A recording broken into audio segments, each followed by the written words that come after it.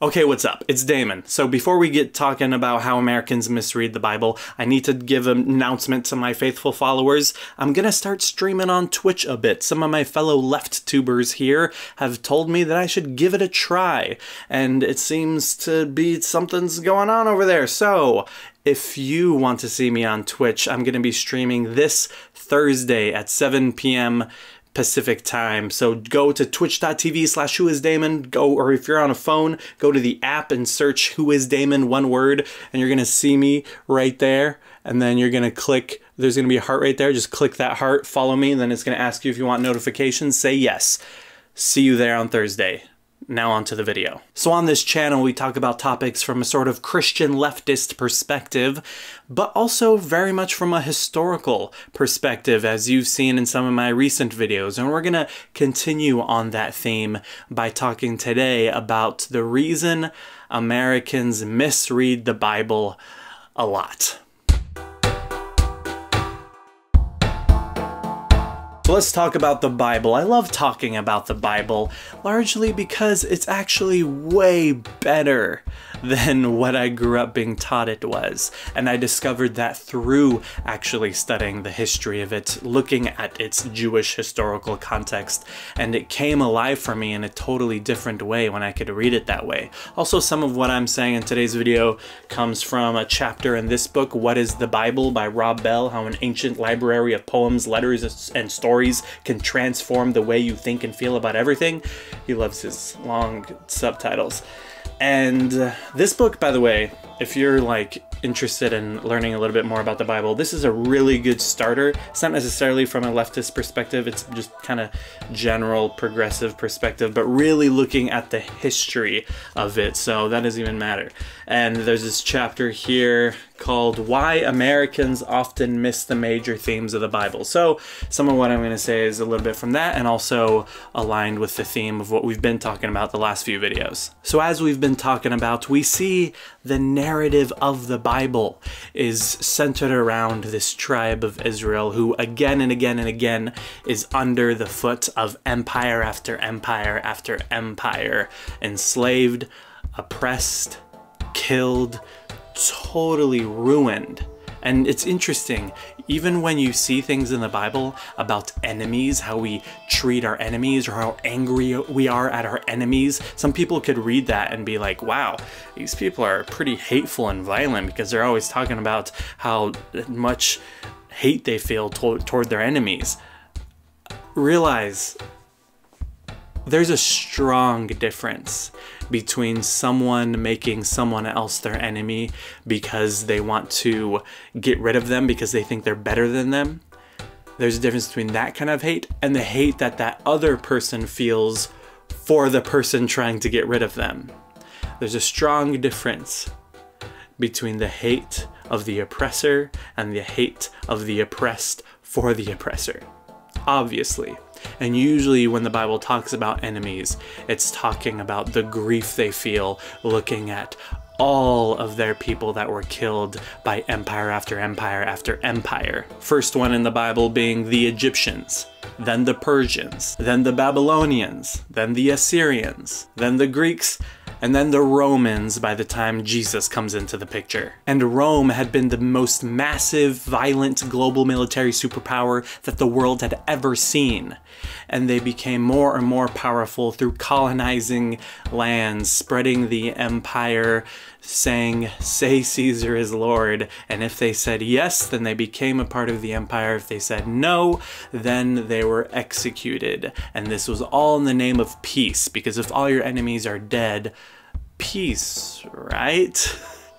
At least for Caesar. So in order for this military superpower to continue as it did, it must constantly be expanding, expanding, expanding. More land, more wealth, more control, peace through military victory, also keeping it up with a bunch of propaganda that says Every military conquest is to make the world a more safe and peaceful place. Now imagine you're reading this library of several books written over thousands of years called the Bible 2,000 years later, and now you're part of the biggest, massive, global military superpower that the world has ever seen. Do you see how you can miss some of the most central themes of this book? I love how Rob Bell puts it here. He says, in the Psalms, it's written, some trust in chariots, but we trust in the name of the Lord our God. That's in the Psalms. And then Rob Bell says, the chariot was the tank or the fighter jet of the ancient world. When you don't have as many chariots or tanks or guns or fighter jets as whoever is conquering you at the moment, you have to look beyond your own strength and beyond the strength of your oppressor for hope and consolation. You have to trust that there are larger forces at work in the universe, forces that are on your side.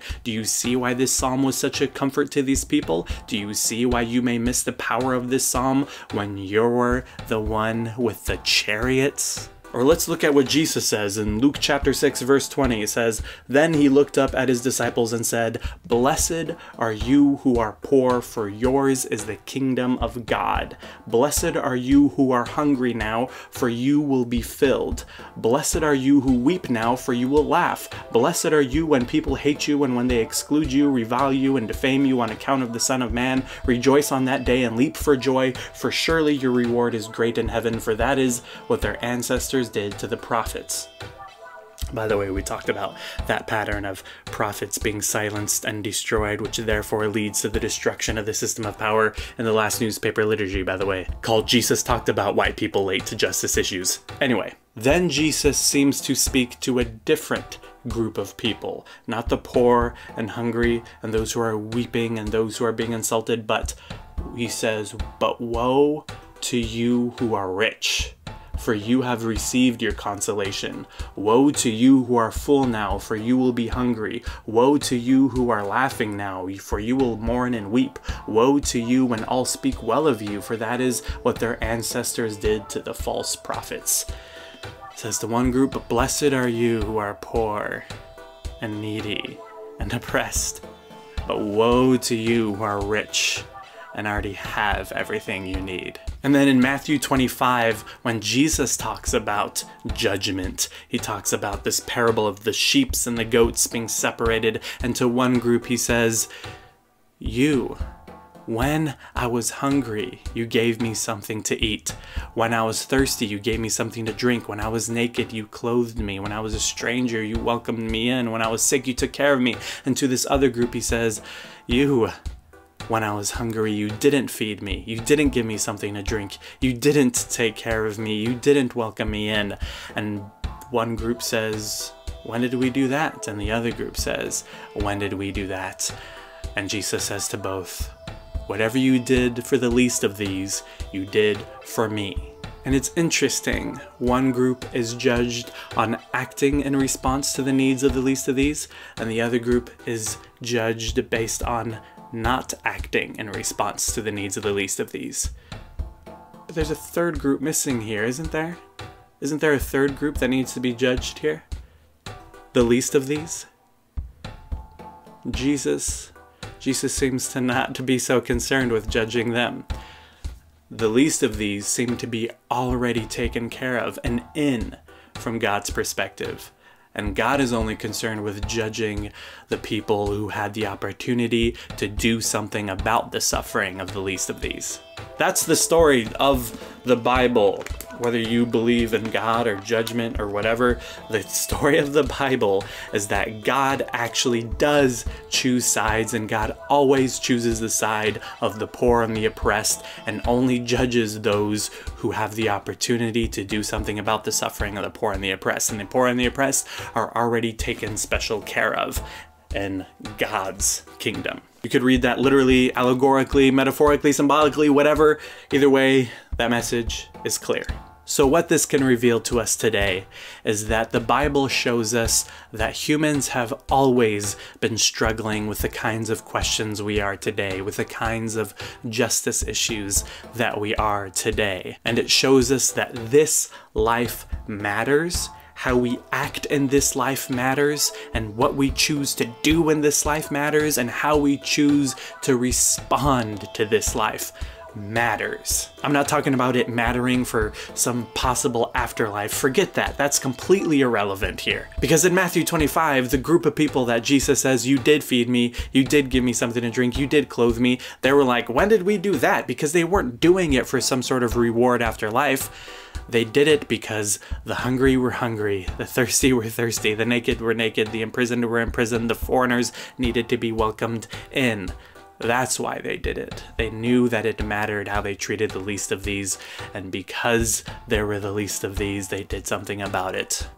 That is what we're supposed to get out of the Bible. Unfortunately, several Americans seem to read the Bible and kind of put themselves in the position of the least of these, or put themselves in the position of those who are being special, taken care of, and who God is on their side saying, it's okay, I'll take care of your enemies. We're the enemy. If you're American, if you're part of this whole system, you would be the enemies of the poor and the oppressed when they cry out to God for help.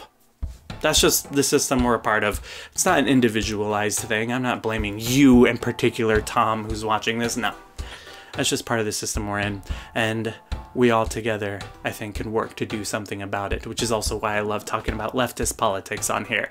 Because I love talking about doing something about it, about dreaming of a better world, and I believe this is the kind of things that the original Christians were talking about, and the stream of Christians continue to talk about ever since the beginning up until now, and that's the part of the stream that I'm in. Thank you for watching. Make sure you like, leave a comment, subscribe for more videos like this, and if you would like to support me, I would greatly appreciate it. Go to my Patreon, patreon.com/Damon Garcia, and thank you so much to my supporters. Let me shout you out right now. My patrons right now are Karen in Colorado, Ranger Jenny, Refined Your Scene, Jacob McCarthy, Jack, Theory Plebe, and Mike Lodato. Thank you so much for supporting me. Join the team. Let's keep going. And tune in the Twitch stream this Thursday, and follow me on Instagram and Twitter and all that, so we could talk about this stuff. See you later. Bye-bye.